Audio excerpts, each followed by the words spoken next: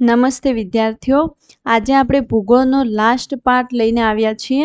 આપણે પાર્ટ 1, 2 અને 3 ઓલરેડી યુટ્યુબમાં અપલોડ કરી દીધેલ છે અને આજે આપણે લાસ્ટ પાર્ટ આર્થિક ભૂગોળનો કવર કરીશું.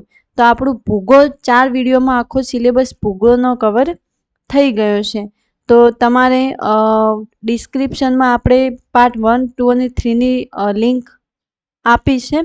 તો પાર્ટ 1, 2, 3 જોઈ લેવા. તો આજે આપણે પાર્ટ 4માં આર્થિક ભૂગોળ જોઈશું. પણ એના પહેલાં જોઈશું કે આર્થિક ભૂગોળ શેમાં આવે.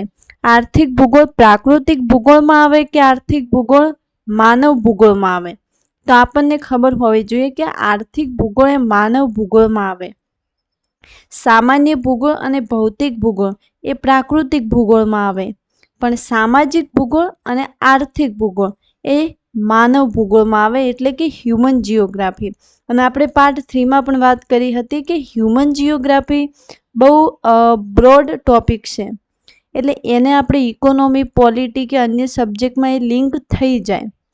એટલે હ્યુમન જિયોગ્રાફીને આપણે વિથ કરંટ અફેર્સ ભણવું પડે અને એના કોન્સેપ્ટો કે જેને એના આંકડા છે એ ટાઈમની સાથે ચેન્જીસ થાય જાય.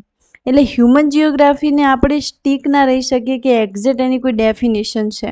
હ્યુમન જિયોગ્રાફીને આપણે બ્રોડ અન્ડરસ્ટેન્ડિંગથી એને ભણવાનો છે અને એને બીજા સબ્જેક્ટ સાથે લિંક કરવાનો છે.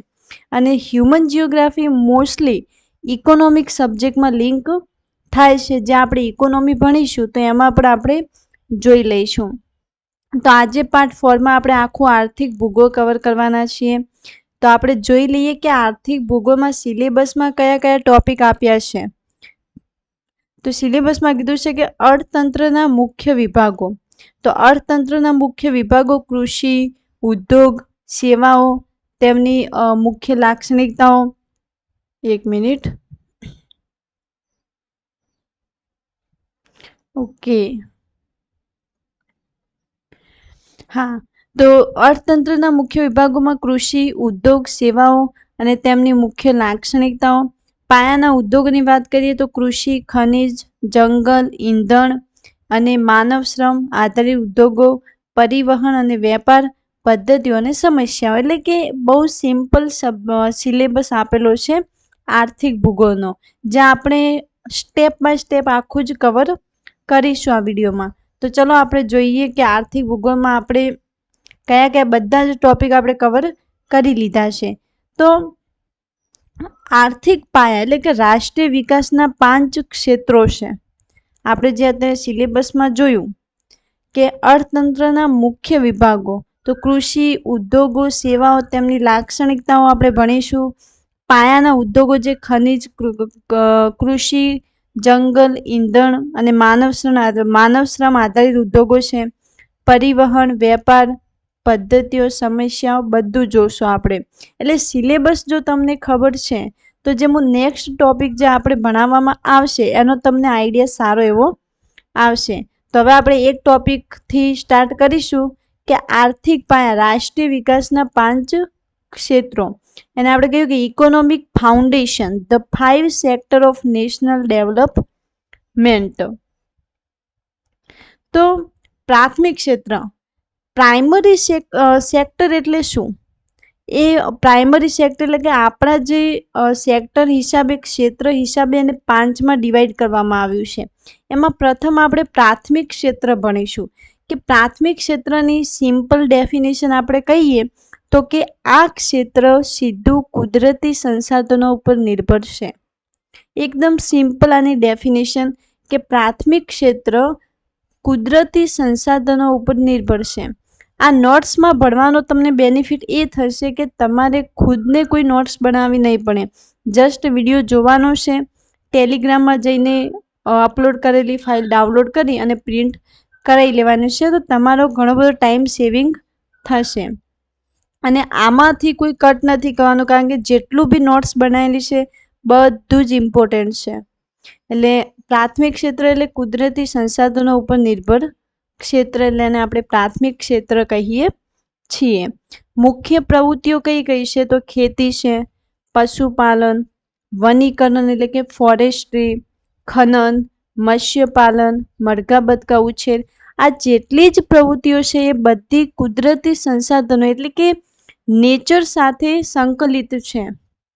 એટલે જે ડાયરેક્ટલી લોકો એમાં ઇન્વોલ્વ હોય એને આપણે કહીએ કે આ એક પ્રાથમિક ક્ષેત્ર છે. અને ડેફિનેશન પણ એની બહુ સિમ્પલ છે કે આ ક્ષેત્ર સીધું કુદરતી સંસાધનો પર નિર્ભર કરે છે.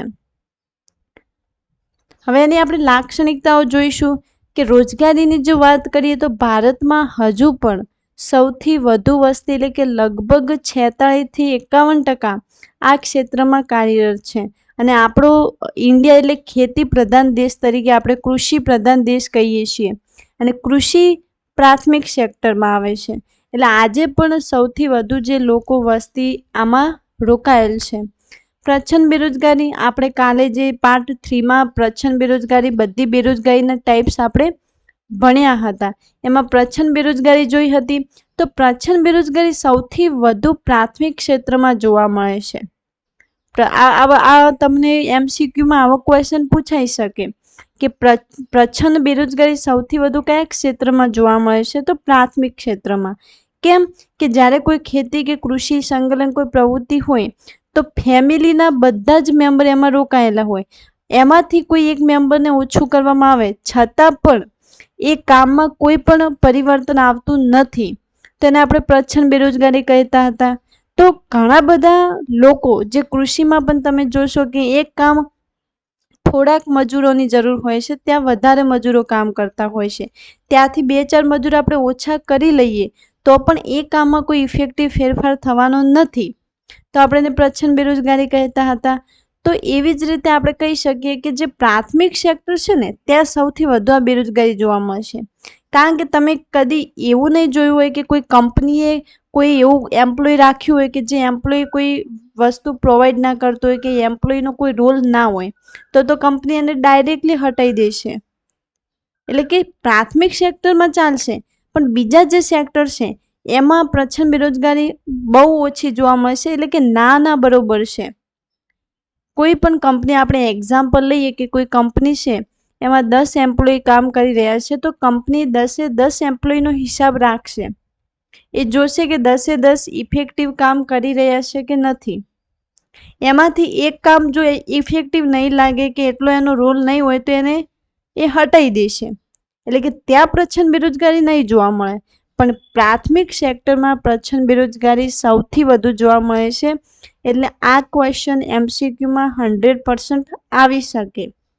એટલે આપણે યાદ રાખવાનું છે.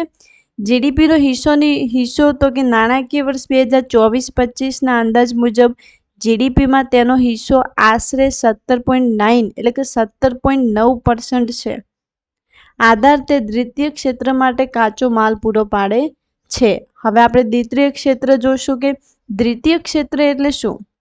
Secondary sector. દ્વિતીય ક્ષેત્ર એટલે સેકન્ડરી સેક્ટર. આ ક્ષેત્ર પ્રાથમિક ક્ષેત્રના ઉત્પાદનો પર પ્રક્રિયા કરી તેને ઉપયોગી વસ્તુઓમાં રૂપાંતરિત કરે છે. મુખ્ય પ્રવૃત્તિઓ આવશે ઉત્પાદન, મેન્યુફેક્ચરિંગ, બાંધકામ, કન્સ્ટ્રક્શન કરીએ, વીજળી, ગેસ, પાણી પુરવઠો. એટલે કે પ્રાથમિક ક્ષેત્ર છે એ કાચો માલ પૂરો પાડશે. દ્વિતીય ક્ષેત્ર એનું શું કરશે? દ્વિતીય ક્ષેત્ર એનામાંથી ઉત્પાદન કરશે. જેવી રીતના આપણે એક એક્ઝામ્પલ લઈ શકીએ કે પ્રાથમિક ક્ષેત્રમાં જેવી રીતના કે કપાસ ઉગાડવામાં આવે છે, એ કપાસ કાચો માલ કોઈ ફેક્ટરીને કેમ પ્રોવાઈડ કરવામાં આવશે, એમાંથી જ્યારે એના ઉપર પ્રોસેસ કરવામાં આવે, એનું કાપડ બનાવવામાં આવે, તો એને આપણે કહ્યું કે આપણે કહી શકીએ કે સેકન્ડરી સેક્ટરમાં પ્રોસેસ થઈ રહી છે. કાચો માલ પૂરો પાડ્યો એ ત્યાં સુધી એ પ્રાથમિક ક્ષેત્ર હતું.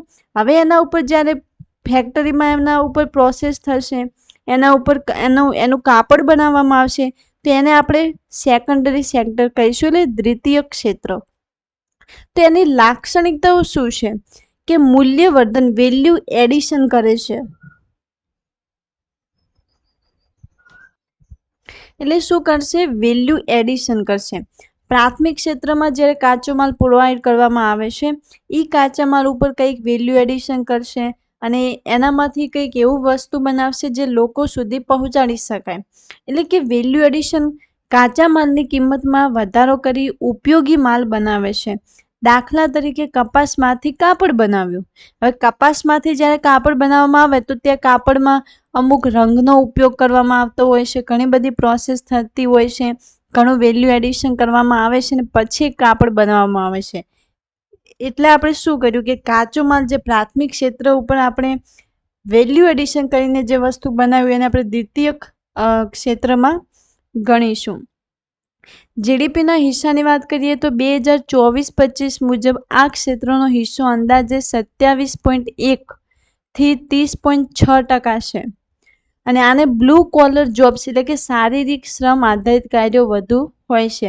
આ વસ્તુ તમારે યાદ રાખવાની છે કે એવો બી એમસીક્યુ પૂછાઈ શકે કે બ્લુ કોલર જોબ કયા ક્ષેત્રમાં આવે, તો બ્લુ કોલર જોબ આપણે સેકન્ડરી સેક્ટરમાં આવે છે. ગતિશીલતા કે ઔદ્યોગિક નીતિઓ અને ટેકનોલોજી દ્વારા આ ક્ષેત્રને વિકાસ ઝડપી બનાવી શકાય છે. કે જેટલી પ્રોસેસ એ લોકો સારું કરશે એટલું અત્યારે નવી નવી ટેકનોલોજીનો ઉપયોગ કરીને અત્યારે સેકન્ડરી સેક્ટર બહુ આગળ વધ્યું છે. હવે આપણે ટર્શરી સેક્ટર એટલે કે તૃતીય ક્ષેત્ર, ટર્શરી સેક્ટર એટલે તૃતીય ક્ષેત્રની વાત કરીશું કે આ ક્ષેત્ર કોઈ વસ્તુનું ઉત્પાદન કરતું નથી પરંતુ અન્ય ક્ષેત્રોને સેવા પૂરી પાડે છે. હવે કઈ કઈ સેવા પૂરી પાડે છે? તો પરિવહન, બેન્કિંગ, વીમા, સંદેશા વ્યવહાર, પ્રવાસન, વેપાર, શિક્ષણ અને આરોગ્ય. હવે આપણે આ ક્ષેત્રને એવી રીતે સમજીશું કે જ્યારે એક ખેતરમાંથી કપાસ ઉગાડવામાં આવે છે અને એ કાચો માલ એક ફેક્ટરીને પૂરો પાડવામાં આવે છે. તો એ કાચો માલ જ્યારે પૂરો પાડતા હતા ત્યારે આપણે એને શું કહીશું કે આ પ્રાથમિક સેક્ટર છે, પ્રાથમિક ક્ષેત્ર છે. હવે આપણે શું કરીશું, એ કાચા માલને જ્યારે ફેક્ટરીમાં એનું પ્રોસેસ થાય અને કાપડ બનાવે તો આને આપણે શું કરીએ, સેકન્ડરી સેક્ટર એટલે દ્વિતીય ક્ષેત્ર કહીશું. કાપડ બની ગયું ગોડાઉનમાં કે જે કહીએ ફેક્ટરીમાં કાપડ પડ્યું છે. હવે એ કાપડ બજારમાં પહોંચાડવું હોય તો કંઈક તો સુવિધા જોઈએ ને, જેવું કે પરિવહન જોઈએ. પછી એ કાપડ જ્યારે વ્યક્તિ પાસે પહોંચે તો આપણે જ્યારે કાપડ વેચીએ લોકો આપણને પૈસા આપે, એ પૈસા આપણા બેન્કિંગમાં આવે. એ બધી પ્રોસેસ એટલે કે એક સેવા પૂરી પાડે છે, એને આપણે ટર્શરી સેક્ટર એટલે કે તૃતીય ક્ષેત્ર કહીએ છીએ. આ કોઈ વસ્તુનું ઉત્પાદન નથી કરતું પણ આ વસ્તુને લોકો સુધી પહોંચાડવામાં જે સેવાઓનો ઉપયોગ કરવામાં આવે છે એ સેવાઓને આપણે તૃતીય ક્ષેત્ર કહીએ છીએ. તો બહુ ઇઝી છે આ વસ્તુ સમજવી અને તમે રિવિઝન કરશો વારંવાર તો આ વસ્તુ તમને બહુ ઇઝી લાગશે. લાક્ષણિકતાની વાત કરીએ તો સૌથી મોટો હિસ્સો ભારતીય જીડીપીમાં સૌથી વધુ યોગદાન 55% આ ક્ષેત્રનું છે. કેમ કે આ ક્ષેત્ર જેટલું ઇફેક્ટિવ હશે એટલું જ દ્વિતીય ક્ષેત્રને સારું એવું પ્રોત્સાહન આપશે. જો તમને આ બધી સેવા જે આપણે આગળ જોઈ લીધી કે પરિવહન છે, બેન્કિંગ, વીમા, સંદેશા વ્યવહાર, પ્રવાસન, વેપાર, શિક્ષણ અને આરોગ્ય, આ બધી સેવા જેટલી સારી, જેટલી ઇફેક્ટિવ હશે એટલી પ્રાથમિક ક્ષેત્રને આપણે સેકન્ડરી સેક્ટરને ઉપયોગી નીવડશે. અને આ સેવામાં જો પ્રોબ્લેમ હશે તો માલ લોકો સુધી પહોંચાડવામાં જે તકલીફો આવે કે એટલું સારી રીતે માલ ના પહોંચે તો ક્યાંક ને ક્યાંક એ દ્વિતીય ક્ષેત્રને અસર કરતું હોય છે. અને દ્વિતીય ક્ષેત્રને અસર કરે એટલે એ પ્રાથમિક ક્ષેત્રને અસર કરે. પ્રાથમિક ક્ષેત્રને અસર કરે તો ડાયરેક્ટલી લોકોને, જે લોકો એ સેક્ટરમાં ઇન્વોલ્વ છે એમની આર્થિક સ્થિતિ, એમની જે કે રોજીરોટી ઉપર અસર થતી હોય છે. એટલે આપણે સમજી શકીએ કે માનવ ભૂગોળ હોય કે ઇકોનોમી હોય, કોઈ પણ સબ્જેક્ટ હોય, બધું કોઈ પણ ટોપિક છે ને એ એકસાથે જોડાયેલા છે. એક ફેક્ટરને જો અસર થાય તો એના લીધે બીજા બધા ફેક્ટરોને અસર થાય. અને એક જે કહીએ એક ફેક્ટરને સારી રીતે ડેવલપ થાય તો એના લીધે બીજા બધી આખી એક સાથે જોડાયેલી છે વસ્તુ છે એ બધી ડેવલપ થતી હોય છે. એટલે આપણે અત્યારે ગવર્મેન્ટ આ પરિવહન, બેન્કિંગ, વીમા આ બધામાં કામ સારી રીતે એવા અત્યારે તો નેશનલ હાઈવે કેટલા બનાવ્યા છે, સ્ટેટ હાઈવેઝ, રોડ બહુ સારી એવી કનેક્ટિવિટી કરવામાં આવી છે. આ બધું થવાથી બેનિફિટ ક્યાંક ને ક્યાંક આપણને જ છે. જેટલી સારી તૃતીય ક્ષેત્ર જેટલું ડેવલપ થશે એટલું જ ડેવલપ પ્રાથમિક ક્ષેત્ર અને દ્વિતીય ક્ષેત્ર થશે. તો આપણે લાક્ષણિકતા જોઈએ. પછી સેવાકીય પ્રવૃત્તિ, તેને અદ્રશ્ય નિકાસ ઇનવિઝિબલ એક્સપોર્ટમાં પણ ગણવામાં આવે છે. વ્હાઇટ કોલર જોબ્સ એટલે કે બૌદ્ધિક શ્રમ અને કૌશલ્ય આધારિત નોકરીઓ વધુ હોય છે. હવે આપણે તૃતીય ક્ષેત્રને વ્હાઇટ કોલર જોબમાં ગણીશું. હવે આધુનિક વર્ગીકરણ, કારણ કે મેન આપણે જોયું હશે કે મેન આપણે 3 વિભાગમાં ડિવાઈડ કરીશું કે પ્રાથમિક, દ્વિતીયક અને તૃતીયક. પણ એના સિવાય બીજા 2 વિભાગ છે, ચતુર્થક અને લાસ્ટ પંચમ ક્ષેત્ર. ચતુર્થક અને પંચમ ક્ષેત્ર આ 2 અત્યારે કેવું કે પહેલા જ્યારે એક્ઝામ થતી ત્યારે 3 જે ક્ષેત્ર હતા પહેલા એમાંથી ક્વેશ્ચન બનાવવામાં આવતા, પણ હવે એક્ઝામિનર થોડાક વધારે આપણે કહીશું ને કે આગળ ચતુર્થક ક્ષેત્ર અને પંચમ ક્ષેત્ર સુધી જાય છે. કેમ કે એ ક્ષેત્ર પણ એટલા જ ઇમ્પોર્ટન્ટ છે. અત્યારની જે આપણે મોડર્ન ઇકોનોમીમાં જોઈએ તો એ ક્ષેત્ર એટલા જ ઇમ્પોર્ટન્ટ છે જેટલું પ્રાથમિક, દ્વિતીયક અને તૃતીયક ક્ષેત્ર ઇમ્પોર્ટન્ટ છે. આપણે ચતુર્થક ક્ષેત્ર એટલે શું? તો એમાં બી જો આધુનિક અર્થતંત્રમાં તૃતીય ક્ષેત્રને પણ 2 ભાગમાં વહેંચવામાં આવ્યું છે કે તૃતીય ક્ષેત્ર પણ આપણે અલગ અલગ ડિવાઈડ કરીશું. એટલે કે ચતુર્થક ક્ષેત્ર કોન્ટનરી સેક્ટર, જ્ઞાન આધારિત સેવાઓ જેમ કે આઈટી, રિસર્ચ અને ડેવલપમેન્ટ, માહિતી પ્રક્રિયા. હવે આનું હું સૌથી મોટું ઉદાહરણ આપી શકું કે જ્યારે હરિયાળી ક્રાંતિ આવી તો તમે લિંક કરી શકશો હરિયાળી ક્રાંતિને કે કઈ રીતે કે આપણે પહેલાં ઇન્ડિયામાં અનાજ બહુ ખૂટતું, આપણે બીજા દેશોમાંથી અનાજ લાવતા આપણા દેશમાં. વધારે જમીન હોવા છતાં આપણે એ જમીનનો પૂરેપૂરો ઉપયોગ નહોતા કરી શકતા. આપણા ખેડૂતો એ જમીનનો પૂરેપૂરો ઉપયોગ કરી નહોતા શકતા. એ ટાઈમે શું થયું કે રિસર્ચ થયા સારા એવા અને હરિયાળી ક્રાંતિ એટલે કે એવા બીજ, એવા નવા નવા ખાતરો બધું લાવવામાં આવ્યું. એના લીધે ડાયરેક્ટલી અસર આપણી ખેતીમાં થઈ અને હરિયાળી ક્રાંતિ એટલી સક્સેસ રહી હતી કે એના પછી આપણો જે દેશ છે ઇન્ડિયા એ ઇમ્પોર્ટની જગ્યાએ એક્સપોર્ટ કરવા માંડ્યું. એટલે કે આપણે એક ટાઈમે અનાજ બીજા દેશોમાંથી લાવતા હતા, પણ હરિયાળી ક્રાંતિ પછી આપણો દેશ બીજા દેશોને અનાજ વેચવા માંડ્યો. એટલો ફેરફાર થઈ ગયો. એ ફેરફારનું રીઝન શું હતું કે ક્યાંક કોઈકે રિસર્ચ કર્યું હતું, એમની જે કહીએ ને કે એમની આવડત કહીએ એવા નવા નવા ખાતર, નવા નવા બીજ બનાવ્યા હતા અને એમનો ડાયરેક્ટ બેનિફિટ બધા જ સેક્ટરને થયો. તો ચતુર્થ ક્ષેત્ર શું છે કે જ્ઞાન આધારિત સેવાઓ. એમને જે એમનું રિસર્ચ હરિયાળી ક્રાંતિમાંથી આપણને આપ્યું તે શું થયું, એ આપણને એક જ્ઞાન આધારિત સેવા આપી અને આપણે એને કહીએ એક્સ્ટ્રા ઓર્ડિનરી કે બહુ એવું સારું કામ કર્યું. તો જ્ઞાન આધારિત કોઈ એવું મગજ વાપરીને કોઈ આપણને આપે તો આપણે એને ચતુર્થ ક્ષેત્રમાં કહીએ. કોઈ રિસર્ચ અને ડેવલપમેન્ટ, અત્યારે તો ઘણી બધી કંપનીઓ ટેકનોલોજીમાં પણ આપણે અત્યારે ખેતીમાં પણ ટેકનોલોજી આવી ગઈ છે. તો ટેકનોલોજી આવે છે એને શું કહીશું? આપણે ચતુર્થ ક્ષેત્રમાં ગણીશું. જ્ઞાન આધારિત સેવાઓ. આ એક્ઝામ્પલ તમે યાદ રાખજો. આપણે પંચમ ક્ષેત્રની વાત કરીશું કે what is the meaning of પંચમ ક્ષેત્ર? તો ઉચ્ચ સ્તરીય નિર્ણય લેવાની પ્રક્રિયા.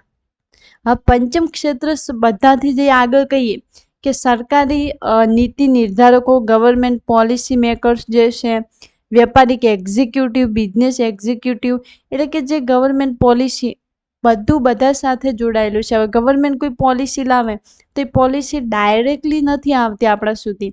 એ પોલિસી પાછળ ઘણા બધા કહીએ કે રિસર્ચર હોય છે, ઘણા બધા એજ્યુકેટેડ લોકો એ પોલિસી ઉપર ઘણું રિસર્ચ કરે છે અને એના પછી કોઈ પોલિસી બહાર પાડવામાં આવે છે. તો એ બધાને આપણે પંચમ ક્ષેત્રમાં ગણીશું.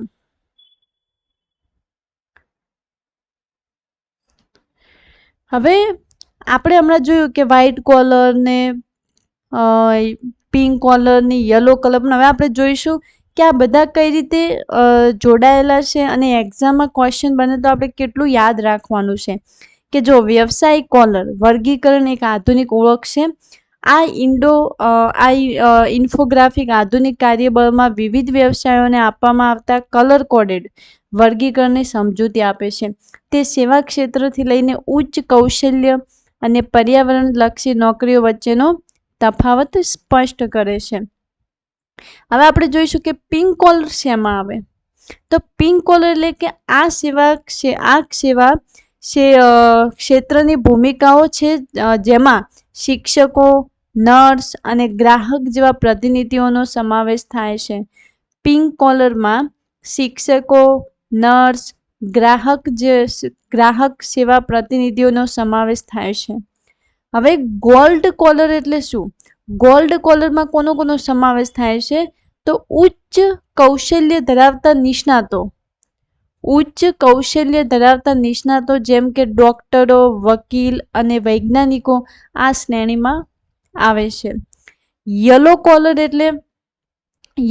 એટલે કે સર્જનાત્મક કલાકારો જેમ કે ફોટોચાર્ટ્સ, વિડીયો એડિટર્સ અને ફિલ્મ નિર્માતાઓને આપણે યલો કોલરમાં ડિવાઈડ કર્યા છે. હવે ટેકનિકલ અને કાર્યકારી ક્ષેત્રો. ગ્રે કોલર એટલે શું? અને આ બધું જેટલું યાદ રખાય એટલું જ રાખવાનું, એવું નથી કે બધું યાદ રાખવાનું. મેઇનલી એક્ઝામમાં પિંક કોલર, ગ્રીન કોલર અને ગોલ્ડ કોલર પૂછાતું હોય છે. યલો કોલર, બ્લેક કોલર અને ગ્રે કોલર આ ક્યાંક જ જો પૂછાઈ જાય ના કે પિંક કોલર, ગોલ્ડ કોલર અને ગ્રીન કોલર તમારે યાદ રાખવાનું છે. ગ્રે કોલર એટલે કે ટેકનિકલ જ્ઞાન અને શારીરિક શ્રમનું મિશ્રણ ધરાવતી નોકરીઓ જેમ કે આઈટી ટેકનિશિયન અથવા પોલીસ. ગ્રીન કોલર એટલે કે પર્યાવરણ સંરક્ષણ અને સોલર પેનલ ઇન્સ્ટોલેશન જેવા સસ્ટેનેબિલિટી લક્ષી કામો, જે કહીએ ને કે સસ્ટેનેબલ હોય એવા કામો. અત્યારે તો આપણે સોલારમાં આવે છે, તો એ બધાને આપણે ગ્રીન કોલરમાં ડિવાઈડ કરેલા છે.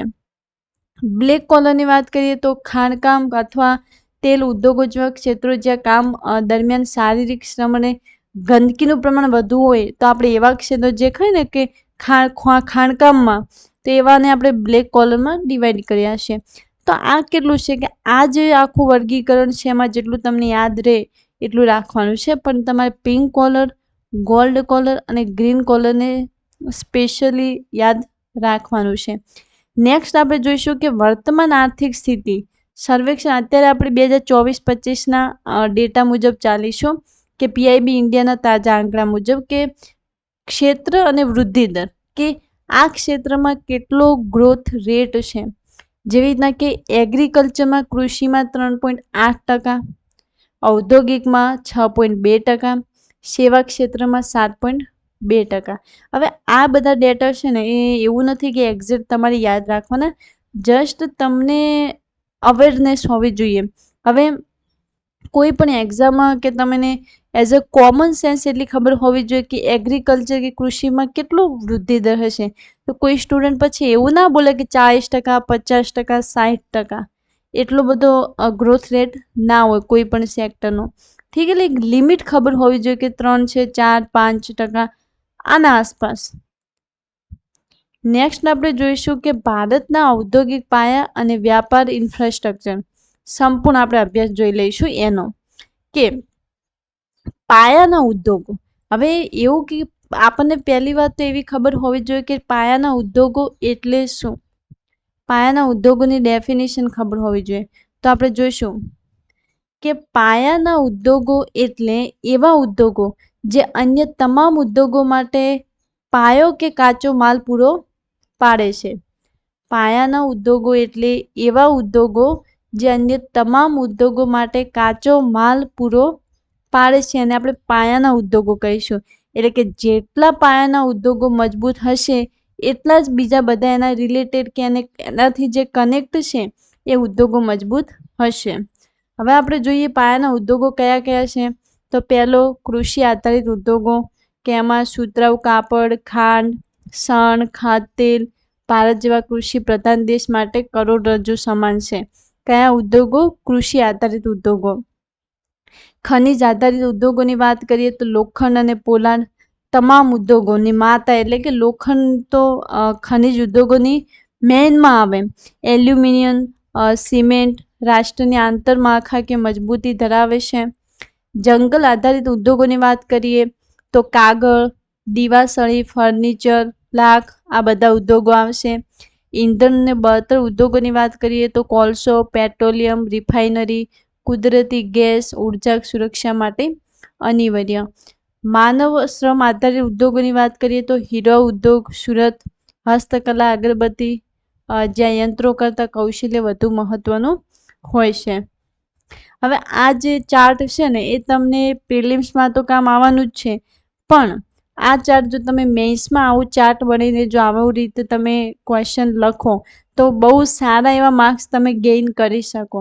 કે પાયાના ઉદ્યોગો કહીને આવી ચાર્ટના રીતે તમે જો કોઈ ક્વેશ્ચન તમે લખો છો તો તમને બહુ હેલ્પ થાય, તમારા માર્ક્સ ગેઇન થાય. કોઈ પણ સ્ટુડન્ટ જો ડાયરેક્ટલી લખે છે થિયોરી ટાઈપ એના માર્ક્સ જોજો, અને કોઈ એવું વ્યક્તિ જેને ડાયાગ્રામથી આખો કોન્સેપ્ટને સમજાવ્યો હોય તો એના માર્ક્સમાં ઘણો ફરક હશે. મે બી જેને થિયોરીમાં લખ્યો છે એનું નોલેજ વધારે હોઈ શકે, પણ માર્ક્સ વધારે એવું વ્યક્તિ લઈ જશે, એવું સ્ટુડન્ટ લઈ જશે જેને ડાયાગ્રામનો ઉપયોગ કર્યો છે. એટલે હંમેશા તમારે મેઇન્સ એક્ઝામમાં ડાયાગ્રામનો ઉપયોગ કરવો જોઈએ. આપણે આ નોંધ જોઈ લઈએ કે ભારતમાં 8 પાયાના ઉદ્યોગો 8 કોર ઇન્ડસ્ટ્રીનો સમૂહ છે, જે ઔદ્યોગિક ઉત્પાદનનો સૂચકાંક આઈઆઈપીમાં 40.27% હિસ્સો ધરાવે છે. હવે આપણને આઈઆઈપી ખબર હોવી જોઈએ કે આઈઆઈપી એટલે શું. આ સ્ટુડન્ટને આઈઆઈપી જો ખબર ના હોય તો પછી આપણને ખબર ના પડે કે કયા 8 કોર ઇન્ડસ્ટ્રી છે, શેમાં હિસ્સો ધરાવે છે. તો આપણે આઈઆઈપી આખું જોઈ લઈએ કે આઈઆઈપી એટલે કે ઇન્ડેક્સ ઓફ ઇન્ડસ્ટ્રીયલ પ્રોડક્શન. આઈઆઈપીનું ફૂલ ફોર્મ છે, આ પણ તમારે યાદ રાખવું જોઈએ કે ઇન્ડેક્સ ઓફ ઇન્ડસ્ટ્રીયલ પ્રોડક્શન એટલે કે ઔદ્યોગિક ઉત્પાદનનો સૂચકાંક. તે ભારતીય અર્થતંત્રનો ઔદ્યોગિક સ્વાસ્થ્યને માપવા માટેનો એક મહત્વપૂર્ણ આર્થિક સૂચક છે. ભારતીય અર્થતંત્રના ઔદ્યોગિક સ્વાસ્થ્યને માપવા માટે, હેલ્થ નહીં, ભારતીય અર્થતંત્રમાં ઉદ્યોગો કઈ રીતે કામ કરી રહ્યા છે એના સ્વાસ્થ્યને માપવા માટે જે ઇન્ડેક્સનો ઉપયોગ કરવામાં આવે છે એને આપણે આઈઆઈપી કહીએ છીએ. હવે આઈઆઈપી વિશેની મુખ્ય માહિતી જોઈએ તો અર્થ કે ઇન્ડેક્સ ઓફ ઇન્ડસ્ટ્રીયલ પ્રોડક્શન એ ચોક્કસ સમયગાળા દરમિયાન દેશના વિવિધ ઔદ્યોગિક ક્ષેત્રોમાં ઉત્પાદનના જથ્થામાં થતો ફેરફાર માપે છે. કોણ બહાર પાડે છે? તે દર મહિને નેશનલ સ્ટેટિસ્ટિક્સ ઓફિસ, જે સાંખ્યિક અને કાર્યક્રમ અમલીકરણ મંત્રાલય હેઠળ આવે છે, તેના દ્વારા જાહેર કરવામાં આવે છે. આ કહીએ ને કે મોસ્ટ આઈએમપી કે તમને એક્ઝામમાં વસ્તુ પૂછાઈ શકે કે દર વર્ષે કોણ બહાર પાડે છે. તો એનએસઓ, જે સાંખ્યિક અને કાર્યક્રમ અમલીકરણ મંત્રાલય હેઠળ આવે છે ને તેના દ્વારા જાહેર કરવામાં આવે છે. આધાર વર્ષ બેઝ યર જે કહીએ તો 2011-12 છે. આઈઆઈપીનું બેઝ યર આધાર વર્ષ આપણે 2011-12 છે, અને હવે એ આધાર વર્ષને 2022-23 કરવાની અપડેટ પ્રક્રિયા ચાલુ છે, પણ એક્ઝામમાં પૂછાય તો 2011-12 આપણું આવશે. મુખ્ય ક્ષેત્રો બ્રોડ સેક્ટર. આઈઆઈપી મુખ્યત્વે 3 ક્ષેત્રોમાં આધારે ગણવામાં આવે છે: ઉત્પાદન, ખાણકામ અને વીજળી.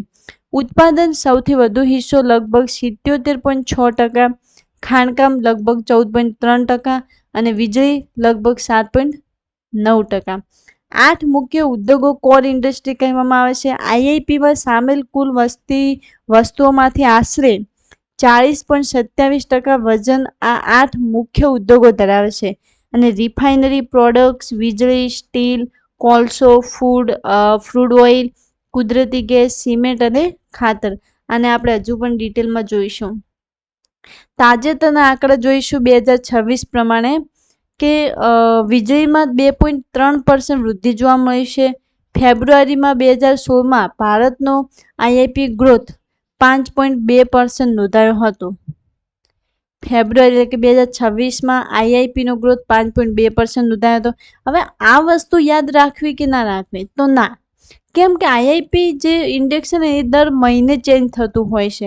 હવે જે દર મહિને ચેન્જ થતું હોય ને એને આપણે યાદ રાખવા એ વસ્તુને યાદ રાખવાની જરૂર નથી. આપણે એ જગ્યાએ શું યાદ રાખવાનું કે આઈઆઈપી છે શું અને કોણ બહાર પાડે છે. આ આંકડા ઇફેક્ટિવ નહીં રહે, કારણ કે દર મહિને આંકડા ચેન્જ થતા હોય છે. ઓકે, મહત્વ કે સરકારની નીતિઓ બનાવવા, રિઝર્વ બેંક આરબીઆઈ દ્વારા વ્યાજ દરો નક્કી કરવા અને જીડીપીના ત્રિમાસિક અંદાજો લગાવવા માટે આઈઆઈપીના ડેટાનો ઉપયોગ થાય છે.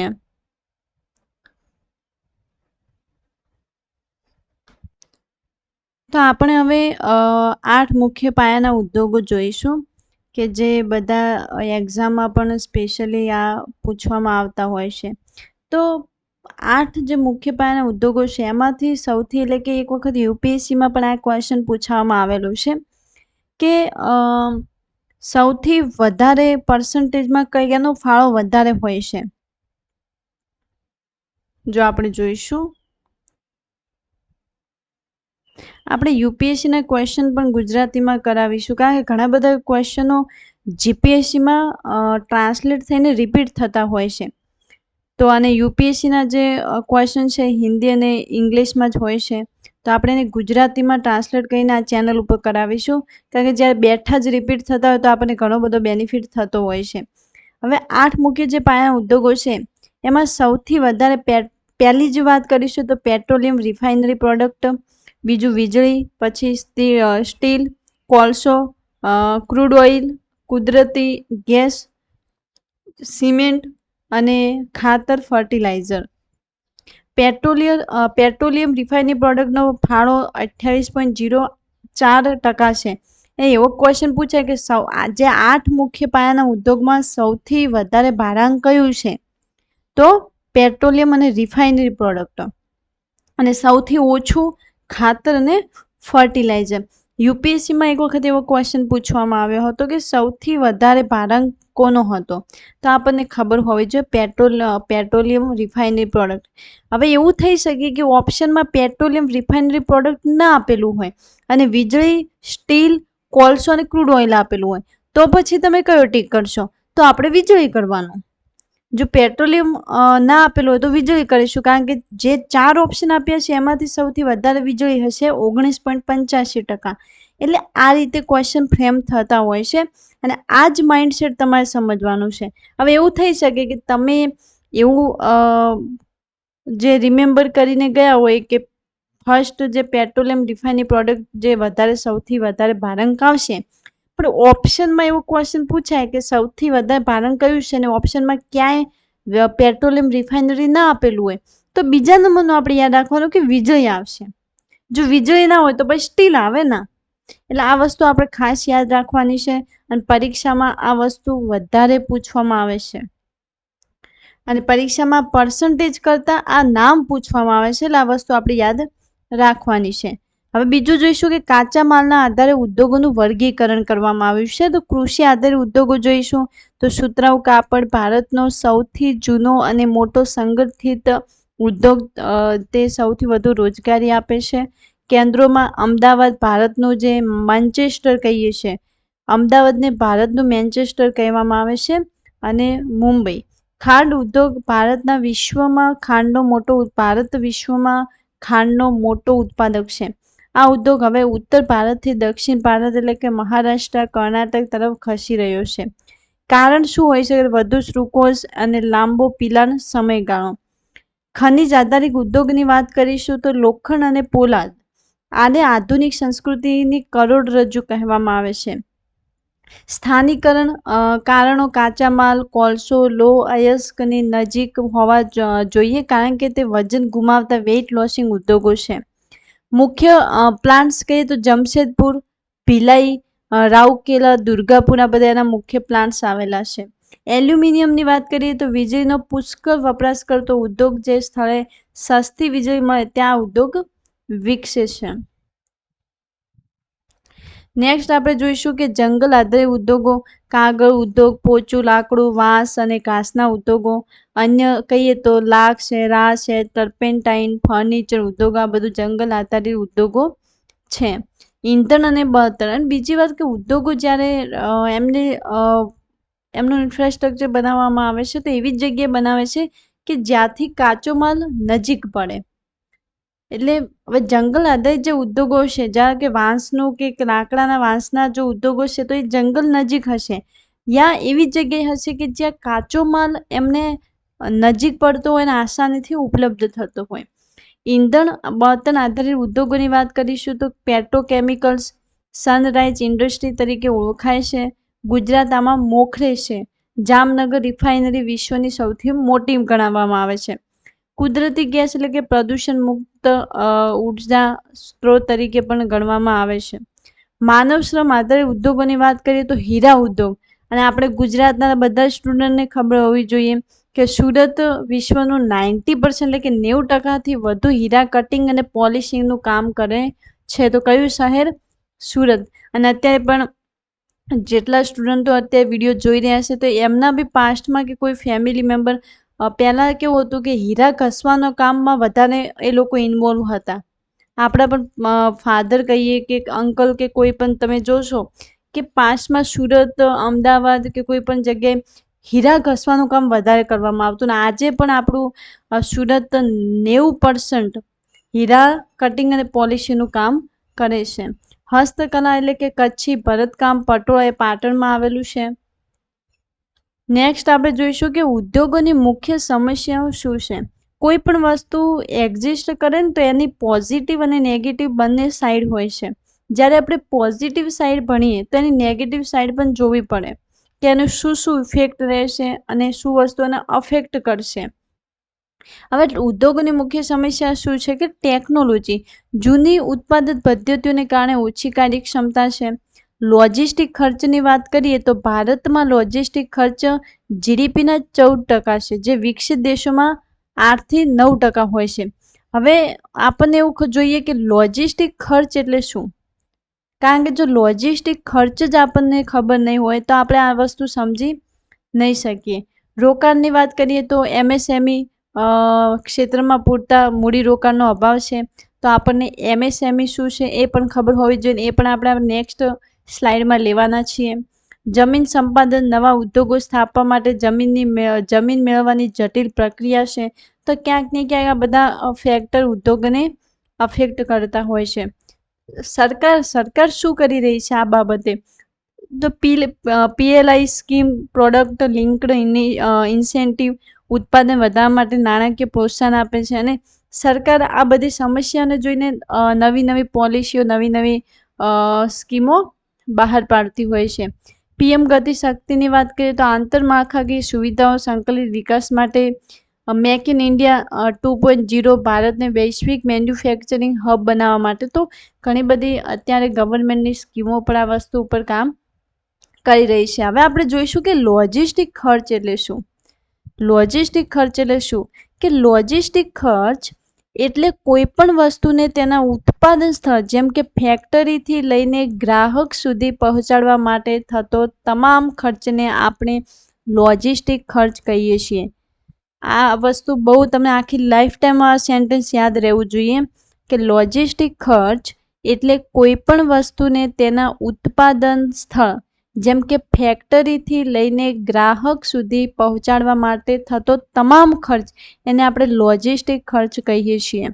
સરળ શબ્દોમાં એમ કહી શકીએ કે એક વસ્તુને એક જગ્યાએથી બીજી જગ્યાએ ખસેડવા અને સુરક્ષિત રાખવા માટે જે પૈસા વપરાય તેને આપણે લોજિસ્ટિક ખર્ચ કહીએ છીએ.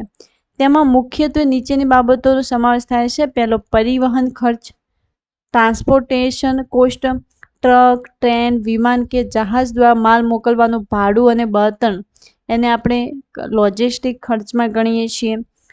વખાર ખર્ચ એટલે વેર હાઉસિંગ કોસ્ટ, માલને સાચવવા માટે રાખવામાં આવતા ગોડાઉનનું ભાડું અને તેની જાળવણીનો ખર્ચ. ઇન્વેન્ટરી મેનેજમેન્ટ, સ્ટોકને સાચવવો અને તેની સુરક્ષામાં પાછળ થતો ખર્ચ. પેકેજિંગ, માલ તૂટે નહીં તે રીતે તેને પેક કરવા માટે વપરાતા મટીરિયલનો ખર્ચ. મજૂરી ખર્ચ, માલ લોડિંગ, અનલોડિંગ, ચડાવવા ઉતારવા માટે રાખવામાં આવેલા માણસોનો પગાર. ટેકનોલોજી અને એડમિન ખર્ચ, ઓર્ડર ટ્રેક કરવા માટે વપરાતી સિસ્ટમ અને પેપરવર્કનો ખર્ચ. તે કેમ મહત્વનું છે કે જો કોઈ દેશ કે કંપનીનો લોજિસ્ટિક ખર્ચ વધારે હોય, આ વસ્તુ ધ્યાનથી તમારે સમજવાનું છે કે જો કોઈ દેશ કે કંપનીનો લોજિસ્ટિક ખર્ચ વધારે હોય તો તે વસ્તુ બજારમાં મોંઘી વેચાય. કારણ કે એ બધો ખર્ચો પછી આપણા જોડે જ લેશે કંપનીએ કોઈ પ્રોડક્ટ પાછળ જેટલો ખર્ચો કર્યો છે એ લાસ્ટમાં એ પ્રોડક્ટના ભાવ વધારીને લોકો જોડેથી જ એ વસૂલ કરવામાં આવે છે. એટલે આપણે કહી શકીએ કે જેટલો લોજિસ્ટિક ખર્ચ વધારે થશે એટલી આપણને પ્રોડક્ટ મોંઘી મળશે. ભારત અત્યારે આ ખર્ચ ઘટાડવા પર કામ કરી રહ્યું છે, જેમ કે સારા હાઈવે અને રેલવે કોરિડોર બનાવીને જેથી વસ્તુઓ સસ્તી થઈ શકે અને નિકાસ વધી શકે. અને જેટલું કોઈ વસ્તુનો લોજિસ્ટિક ખર્ચ ઓછો હશે એટલું લોકોને બેનિફિટ છે કે પ્રોડક્ટની પ્રાઇસ પણ ઓછી હશે. હવે સરકારે કીધું કે સરકાર સારા હાઈવે બધું બનાવી રહી છે. શા માટે? કે જો સારા highway, national highway, state highway જે સારા હાઈવે હશે તો ખર્ચો એટલે કે કોઈ વસ્તુને ગ્રાહક સુધી પહોંચાડવામાં આસાની રહે, જલ્દી એવી ફેસિલિટી જ્યારે ગવર્મેન્ટ પ્રોવાઈડ કરતી હોય છે તો લોજિસ્ટિક ખર્ચમાં થોડો કટ કરી શકાય છે. જો રસ્તા ખરાબ હશે તો ત્યાં રસ્તા સારા હોવા અને ખરાબ હોવા ત્યાં વધારે ખર્ચ થતો હશે. રસ્તા ખરાબ હશે તો ત્યાં કોઈ માલ કે વસ્તુ લઈ જવી હશે ગાડીમાં તો મોટી ગાડીમાં લોકો કંપનીઓ નહીં લઈ જતા હોય તો નાના ટુકડાઓમાં વસ્તુ એક જગ્યાએથી બીજી જગ્યાએ પહોંચાડતા હોય છે તો ત્યાં પછી ખર્ચો વધી જાય. એની જગ્યાએ જો કનેક્ટિવિટી સારી હોય, બહુ સારો હાઈવે હોય તો એક જ મોટી ટ્રકમાં આખો માલ એક જગ્યાએથી બીજી જગ્યાએ જતો હોય છે. તો સરકાર ક્યાંક ને ક્યાંક આપણને ઇન્ફ્રાસ્ટ્રક્ચર કંપનીઓને પ્રોવાઈડ કરી રહી છે અને એના લીધે લોજિસ્ટિક ખર્ચમાં ઓછો કટ આવે તો ક્યાંક ને ક્યાંક આપણને ડાયરેક્ટલી લોકોને મોંઘવારી ઓછી થાય છે. તો હવે મને આશા છે કે તમને લોજિસ્ટિક ખર્ચ ખબર પડી ગઈ છે. હવે આપણે MSME જોઈશું. આ વસ્તુ બહુ ઇમ્પોર્ટન્ટ છે એટલે અમુક ટોપિકને આપણે ડિટેલમાં ભણવા જોઈએ. હવે MSME એટલે માઇક્રો, સ્મોલ અને મીડિયમ એન્ટરપ્રાઇઝીસ, સૂક્ષ્મ, લઘુ અને મધ્યમ ઉદ્યોગો. તે ભારતીય અર્થતંત્રનો કરોડરજ્જુ છે જે રોજગારી અને નિકાસમાં મોટો ફાળો આપે છે. તાજેતરમાં બજેટ 2025-26 મુજબ સરકારે આ ઉદ્યોગના વર્ગીકરણ માટેની મર્યાદાઓમાં ફેરફાર કર્યો છે. નવું વર્ગીકરણ 2026 મુજબ હવે રોકાણ એટલે કે ઇન્વેસ્ટમેન્ટ અને ટર્નઓવરના આધારે કંપનીઓ નીચે મુજબની વહેંચણી કરવામાં આવે છે. પહેલાં તો MSME એક પ્રોગ્રામ છે, ઠીક છે, આ તમને ખબર હોવી જોઈએ. હવે સૂક્ષ્મ એટલે કે માઇક્રો, જેનું મશીનરીમાં રોકાણ 2.5 કરોડ સુધી અને વાર્ષિક ટર્નઓવર 10 કરોડ સુધી હોય. MSMEને સમજવા માટે સિમ્પલ આપણે એવું કહી શકીએ કે કોઈ એક વ્યક્તિ છે જેની પાસે ઇન્વેસ્ટમેન્ટ નથી અને એને બિઝનેસ સ્ટાર્ટ કરવો છે તો ગવર્મેન્ટ અમુક અલગ રીતે એને હેલ્પ કરતી હોય છે. તો એ ક્યાંને આપણે માઇક્રો, સ્મોલ અને મીડિયમ એન્ટરપ્રાઇઝીસમાં MSMEમાં ગણીશું કે MSMEના પ્રોગ્રામ હેઠળ તમને હેલ્પ કરવામાં આવશે કે તમે કઈ ટાઈપનો બિઝનેસ સ્ટાર્ટ કરી રહ્યો છે, તમારે કેટલું એમાં ઇન્વેસ્ટમેન્ટની જરૂર પડશે, એના આધારે તમને અમુક લોન મળતી હોય છે. હવે લઘુ, જો માઇક્રો એટલે કે એકદમ નાનો તમારો તમે ઉદ્યોગ સ્ટાર્ટ કરવાના હોય તો શું કીધું કે જેનું મશીનરીમાં રોકાણ 2.5 કરોડ સુધી અને વાર્ષિક ટર્નઓવર 10 કરોડ સુધી હોય તો એમને એ રીતે પૈસા મળશે, એ રીતે ગવર્મેન્ટ લોન આપશે. લઘુ એટલે સ્મોલ ઉદ્યોગો હોય તો કે જેનું રોકાણ 25 કરોડ સુધી અને વાર્ષિક ટર્નઓવર 100 કરોડ સુધી હોય. મધ્ય એટલે કે મીડિયમ જ્યારે બિઝનેસ હોય તો જેનું રોકાણ 125 કરોડ સુધી અને વાર્ષિક ટર્નઓવર 500 કરોડ સુધી હોય. એટલે કે ડિવાઈડ કરવામાં આવે છે માઇક્રો, સ્મોલ અને મીડિયમ એન્ટરપ્રાઇઝીસને. MSMEની નોંધણીની વાત કરીએ તો એના ફાયદા શું કે તમે શું MSMEમાં તમે તમારી નોંધણી કરાવી છે તો તમને શું બેનિફિટ થશે કે હવે ત્યાં કોઈ સ્ટુડન્ટ છે ઇન ફ્યુચર બિઝનેસ, એના માટે એની જોડે કોઈ બિઝનેસ આઈડિયા છે અને એને બિઝનેસ કરવો છે તો એ શું કરશે? જો એના જોડે ઇન્વેસ્ટમેન્ટ નહીં તો એ શું કરશે? MSMEમાં એનું નોંધણી કરાવશે. હવે MSMEમાં જો તમે નોંધણી કરાવી છે તો તમને શું બેનિફિટ થશે કે જો તમારો વ્યવસાય MSME તરીકે નોંધાયેલ હોય તો તમને નીચે મુજબના લાભો થશે. ફર્સ્ટ, બેંક લોન પર ઓછું વ્યાજ. MSMEને સામાન્ય રીતે સસ્તા દરે લોન મળે છે. આ બહુ મોટો બેનિફિટ છે કે તમે જો તમારો બિઝનેસ સ્ટાર્ટ કરવા માટે બીજા જોડે પૈસા લાવશો તો તમે વ્યાજ જેટલો આપો છો એનાથી સાવ ઓછો MSME એટલે કે ગવર્મેન્ટ તરફથી તમને પ્રોવાઈડ કરવામાં આવશે. કોલેટરોલ ફી લોન કહીએ તો ગેરંટી આપ્યા વગર લોન મેળવવાની સુવિધા માઇક્રો સ્મોલ મીડિયમ એન્ટરપ્રાઇઝીસ, એટલે કે ગેરંટી આપ્યા વગર તમને લોન પ્રોવાઈડ કરવાની સુવિધા મળે છે. એને કોલેટરોલ ફ્રી લોન કહીએ છીએ. મોડા પેમેન્ટ સામે રક્ષણ, જો કોઈ ખરીદનાર 45 દિવસની અંદર પેમેન્ટ ન કરે તો તેઓને વ્યાજ સાથે ચૂકવણી પણ કરવી પડે છે. એટલે કે કોઈ પણ પ્રોગ્રામ જ્યારે ગવર્મેન્ટ લાવે છે તો તમને લોન પ્રોવાઈડ કરે સસ્તા દરે, તો પછી પાછી ચૂકવવી પણ આપણે પડે. ના ચૂકવો તો પછી એમના પણ રૂલ્સ હોય છે. ઠીક છે, તો અમુક કહીએ કે 45 દિવસનો તમને કંઈક ટાઈમ આપવામાં આવે છે.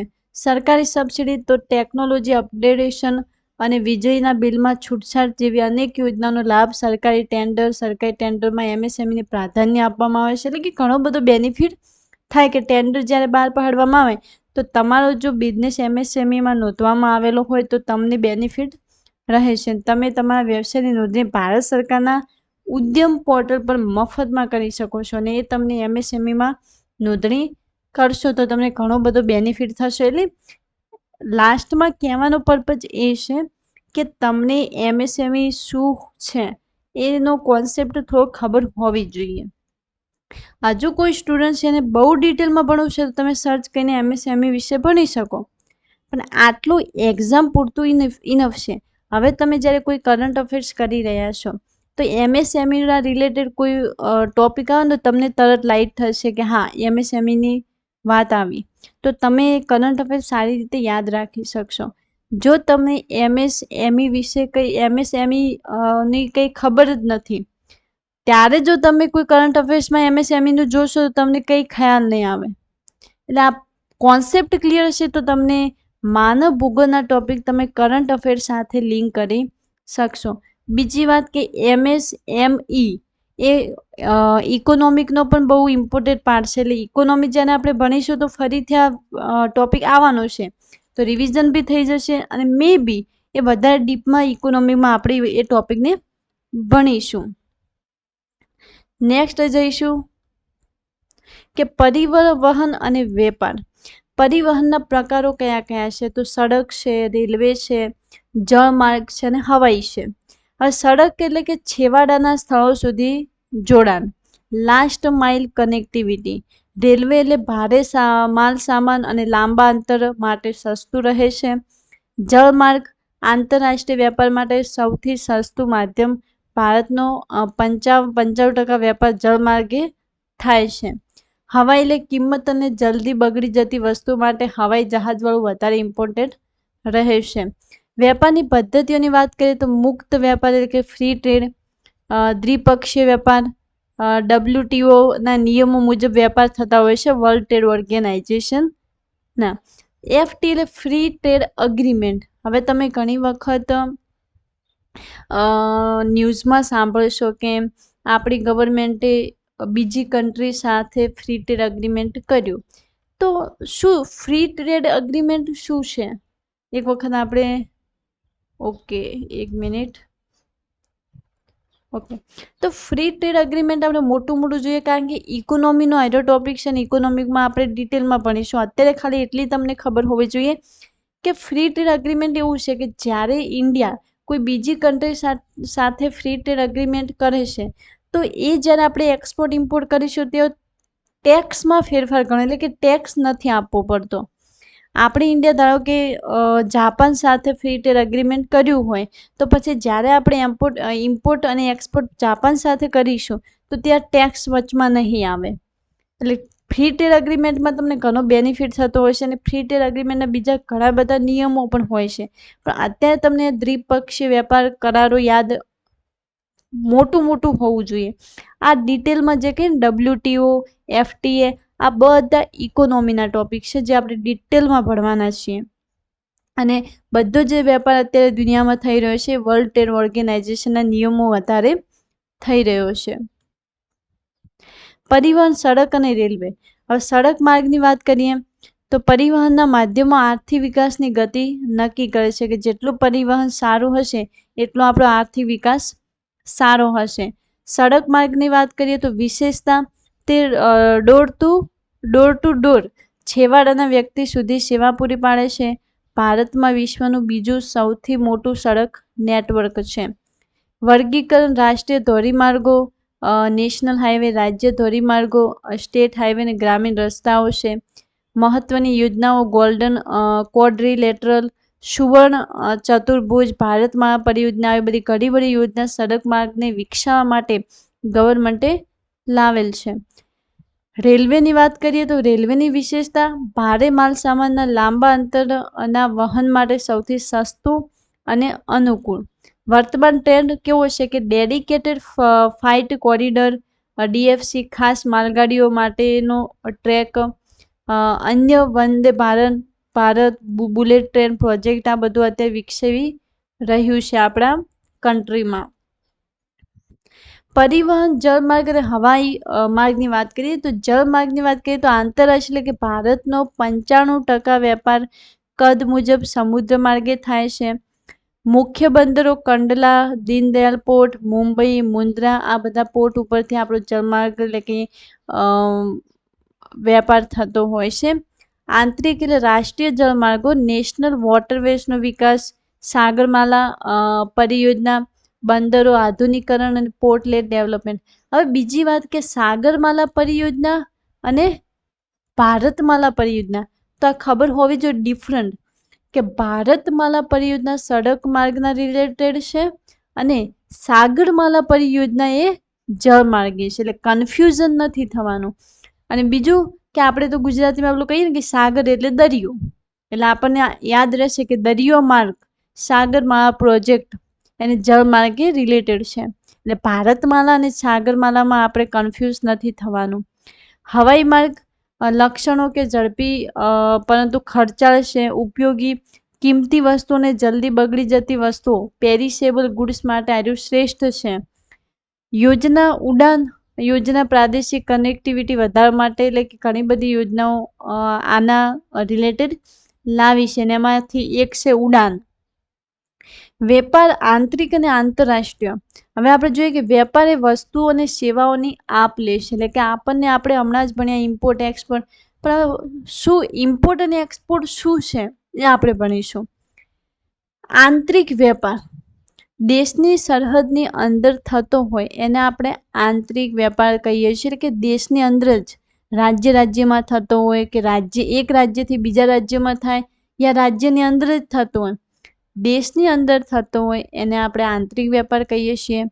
અને આંતરરાષ્ટ્રીય વેપાર એટલે કે બે કે તેથી વધુ દેશો સાથે થતો વેપાર એને આપણે આંતરિક વેપાર કહીએ છીએ. હવે આંતરિક વેપારમાં બે પાર્ટ છે, નિકાસ અને આયાત. નિકાસ એટલે એક્સપોર્ટ કરવું, આયાત એટલે ઇમ્પોર્ટ કરવું. હવે નિકાસ એટલે એક્સપોર્ટ કરવું એટલે આપવું, આપણા દેશમાંથી જ્યારે માલ બીજા દેશના ખરીદે બીજા દેશમાં જાય એને આપણે એક્સપોર્ટ કર્યું. પણ જ્યારે બીજા દેશમાંથી કંઈક વસ્તુ આપણે આપણા દેશમાં લાવીએ એને આપણે ઇમ્પોર્ટ કર્યું કહેવાય. હવે બેસિક જે ડિફરન્સ છે કે જ્યારે આપણો માલ આપણે બીજા દેશને વેચીએ છીએ તો બીજા દેશની કરન્સી પૈસા આપણને મળે છે. એવી રીતે જ્યારે આપણે બીજા દેશનો માલ સામાન ખરીદીએ છીએ ત્યારે આપણો જે રૂપિયો આપણા પૈસા એમને આપીએ છીએ, એટલે આપણી જે કરન્સી એમના જોડે જાય છે. એટલે તમે બેસિકલી એવું સમજી શકો કે વધારે આપવું સારું, કારણ કે જ્યારે તમે આપણો દેશ વધારે માલ વેચે એમ આપણને ફોરેન કરન્સી વધારે મળે. પણ આપણે વેચવા કરતો બસ આપણે લે કરીએ તો આપણો દેશ ખાટામાં જાય. આપણે કહીએ ને ખાટામાં જવું, વધારે લે કરીએ તો પછી આપણી કરન્સી જ ફોરેનમાં જાય. એટલે આ વસ્તુ યાદ રાખવાની છે. હવે એક્સપોર્ટ એટલે એન્જિનિયરિંગ સામાન, જેમ્સ એન્ડ જ્વેલરી, પેટ્રોલિયમ ઉત્પાદનો, ફાર્માસ્યુટિકલ્સ. આયાતમાં આપણે ફૂડ ઓઇલ, સોનું, ઇલેક્ટ્રોનિક્સ, કોલસો. હવે એક વસ્તુ ટ્રેડ ડેફિસિટ કોને કહેવાય? અત્યારે હું જસ્ટ ડેફિનેશન કહું, કારણ કે ટ્રેડ ડેફિસિટ પણ ઇકોનોમીનો ટોપિક છે. મેં સ્ટાર્ટિંગમાં કીધું કે હ્યુમન જિયોગ્રાફી, માનવ ભૂગોળ, ઇકોનોમિકને રિલેટેડ છે. ઓકે, તો જો આમાં શું કીધું છે કે જો નિકાસ એક્સપોર્ટ, આયાત ઇમ્પોર્ટ વધે તેને વેપાર ખાધ કહેવામાં આવે છે. એટલે કે જ્યારે આ લેસ દેન છે. ઓકે, કે જ્યારે એક્સપોર્ટ ઓછો થઈ જાય અને ઇમ્પોર્ટ વધી જાય, એટલે કે આપણે વેચતા નથી પણ બહુ ખરીદીએ છીએ, ત્યારે આપણું જે વેપાર ખાધ એટલે કે ટ્રેડ ડેફિસિટ થઈ જાય. તમે પણ કોઈ પણ જોડે એઝ અ એક્ઝામ્પલ લઈ શકો કે કોઈ વ્યક્તિ જોડે બસ તમે વસ્તુ લે કરો છો અને પૈસા આપ કરો છો, તો જલ્દી ભિખારી તમે થઈ જશો. પણ એવી જ રીતે જો તમે પણ કંઈક સામે વેચો છો અને પૈસા તમને મળે છે તો બેલેન્સ રહે. પણ એક સાઈડથી તમે બસ ઇમ્પોર્ટ કરો છો તો તમને એટ ધ એન્ડમાં નુકસાન છે. અને આજે ભારત અને જો ચાઇનાની વાત કરીએ તો આપણે ચાઇનાને વેચવા કરતાં ચાઇના પાસેથી માલ વધારે ખરીદીએ છીએ, એટલે આપણે હંમેશા ચાઇના સાથે ટ્રેડ ડેફિસિટ રહે છે. ઓકે, તો આપણે જે કહીએ કે ભારત સામાન્ય રીતે ચીન સાથે મોટી વેપાર ખાત ધરાવે છે, અને મે બી ઇન ફ્યુચર જ્યારે ચાઇના એવું કહી દે કે આ વસ્તુ હું તમને નહીં આપું, તો બી આપણા બિઝનેસમાં વેપારમાં આપણે પ્રોબ્લેમ આવી શકે. કારણ કે એવું થતું હોય કે ચાઇનામાંથી માલ લઈને આપણે આપણી ઇન્ડસ્ટ્રીઓ ડેવલપ કરી હોય, એટલે આપણે ક્યાંક ને ક્યાંક ચાઇનાના માલ ઉપર ડિપેન્ડ થઈ જઈએ. અને એની બદલામાં જો આપણે કંઈ વેચતા ન હોય તો ચાઇના આપણા ઉપર ડિપેન્ડ નથી, પણ આપણે ચાઇનાના માલ ઉપર ડિપેન્ડ થઈ જઈએ, અને ઇન ફ્યુચર એના ભાવ પણ વધારી શકે છે, એ માલને અટકાવી પણ શકે છે, અને આખી આપણી અર્થતંત્ર અને ઇફેક્ટ થઈ શકે છે. એટલે આ વસ્તુ ઇકોનોમીમાં પણ ભણવાનું છે અને આ વસ્તુ માનવ ભૂગોળમાં પણ ભણવાનું છે.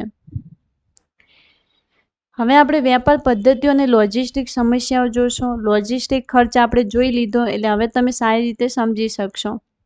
વેપાર પદ્ધતિઓ અને લોજિસ્ટિક સમસ્યાઓ. પદ્ધતિઓ એટલે કે ડિજિટલાઇઝેશન, ઈ કોમર્સ અને ડિજિટલ પેમેન્ટ્સના કારણે વેપારની પદ્ધતિઓ અત્યારે બદલાઈ છે. અને અત્યારે તો બધા સ્ટુડન્ટો જેટલા પણ મોબાઈલ વાપરતા હશે બધાના જોડે ફોનપે, પેટીએમ બધું આવી ગયું છે, એટલે ટ્રાન્ઝેક્શનમાં પણ હવે ચેન્જીસ થયા છે. મલ્ટી મોડલ ટ્રાન્સપોર્ટ, એક જ માલને પહોંચાડવા માટે રોડ, રેલ અને જળમાર્ગનું સંકલન, અને પીએમ ગતિ શક્તિ યોજના પણ આમાં રિલેટેડ છે. મુખ્ય કઈ સમસ્યા આવશે કે લોજિસ્ટિક ખર્ચ. ભારતમાં લોજિસ્ટિક ખર્ચ જીડીપીના 13 થી 14% છે, જે વિકસિત દેશોમાં 8% છે. આનાથી આપણી નિકાસ સ્પર્ધા પાછળ પડે છે. માળખાગત સુવિધાઓની વાત કરીએ તો બંદરો પર માલ ઉતારવામાં થતો વિલંબ, જટિલ પ્રક્રિયાઓ છે, કસ્ટમ ક્લિયરન્સ અને ડોક્યુમેન્ટેશનમાં લાગતો સમય, ઈંધણના ભાવ, પેટ્રોલ ડીઝલના વધતા ભાવ પરિવહનના ખર્ચમાં વધારો કરે છે. એટલે લોજિસ્ટિક સમસ્યાઓને દૂર કરવી એ બહુ મોટું એક ચેલેન્જ છે. એ બી એઝ અ ઇન્ડિયામાં આ કેમ ચેલેન્જ છે કે જ્યારે આપણે શરૂઆતથી જો એને ડેવલપ કરવાની કોશિશ કરી હોય તો એ વસ્તુ સ્ટેબલ થઈ શકે, પણ ડાયરેક્ટલી જો તમે એને સ્ટેબલ કરવા જાઓ તો ઘણા વર્ષો લાગી શકે છે. અને લોજિસ્ટિક ખર્ચને ઓછો કરવો એટલે આખા ઇન્ફ્રાસ્ટ્રક્ચરને ચેન્જ કરવું પડે. તમારી પોલિસીઓ, તમારા નિયમો આ બધાને ચેન્જ કરો ત્યારે તમે લોજિસ્ટિક ખર્ચ ઓછો કરી શકો. એટલે 1-2 વર્ષમાં લોજિસ્ટિક ખર્ચ ઓછો થવો એ થોડું પોસિબલ નથી હોતું, બહુ લોંગ પ્રક્રિયા થઈ જાય છે. આર્થિક વિકાસની મુખ્ય સમસ્યાઓ.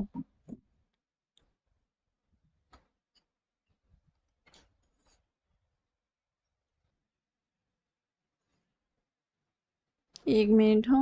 ઓકે, તો આર્થિક વિકાસની મુખ્ય સમસ્યાઓ. કૃષિ, પરિવહન, ઉદ્યોગ અને પર્યાવરણ. કૃષિ એટલે કે સિંચાઈનો અભાવ, જૂની પદ્ધતિઓ, પ્રચંડ બેરોજગારી, ડિસ્ક્રિસ્ડ અનએમ્પ્લોયમેન્ટ. ઉદ્યોગોની વાત કરીએ તો કાચા માલની અનિયમિતતા, વીજળી અને લોજિસ્ટિકનો ઊંચો ખર્ચ, આંતરરાષ્ટ્રીય સ્પર્ધા. પરિવહનમાં ટ્રાફિક જામ, જર્જરિત રસ્તાઓ, રેલવેમાં ટેકનોલોજીનો અભાવ. પર્યાવરણમાં આર્થિક વિકાસ અને પર્યાવરણના વચ્ચેનું સંતુલન, સસ્ટેનેબલ ડેવલપમેન્ટ. એટલે આના ઉપરથી એઝ અ સ્ટુડન્ટ જો આપણે કોઈ એક્ઝામની પ્રિપેરેશન કરી રહ્યા છીએ તો મેચ્યોરિટી ત્યારે જ આપણે કહી શકીએ કે આ વસ્તુ સમજી શકું કે લોજિસ્ટિક ખર્ચ એ ઓછો કરવો એ એટલું ઇઝી નથી. એના માટે આખું ઇન્ફ્રાસ્ટ્રક્ચર, કૃષિ, પરિવહન, ઉદ્યોગ, પર્યાવરણ બધાને સાથે લઈને જવું પડે, ત્યારે જ લોજિસ્ટિક ખર્ચ આપણે કટ કરી શકીએ. એટલે તો આપણે લોજિસ્ટિક ખર્ચને આખો અલગ ટોપિક લીધો હતો કે એ ખર્ચ તમને ખબર પડશે તો તમે બીજા જે પાસા છે એ તમે સમજી શકશો કે કોઈ એક ફેક્ટરને તમે સુધારો તો લોજિસ્ટિક ખર્ચ ઓછો થાય એ ના થાય. હા, થોડોક ડિફરન્સ આવી શકાય, પણ તમારે વધારે પ્રમાણમાં એને કટ કરવું છે તો તમારે બધા જ જે ફેક્ટર છે એને સાથે લઈને આપણે કામ કરવું જોઈએ. વિશે જ આપણે બીજો એક ટોપિક જે ગુજરાતના મેરીટાઈમ શ્રેષ્ઠતા અને સ્પેશિયલ ઇકોનોમિક ઝોન એટલે સ્પેશિયલ ઇકોનોમિક ઝોન વિશે ભણીશું કે ગુજરાતના બંદરો કયા કયા છે, શું છે, અને આપણે સ્પેશિયલ ઇકોનોમિક ઝોન પણ ભણીશું.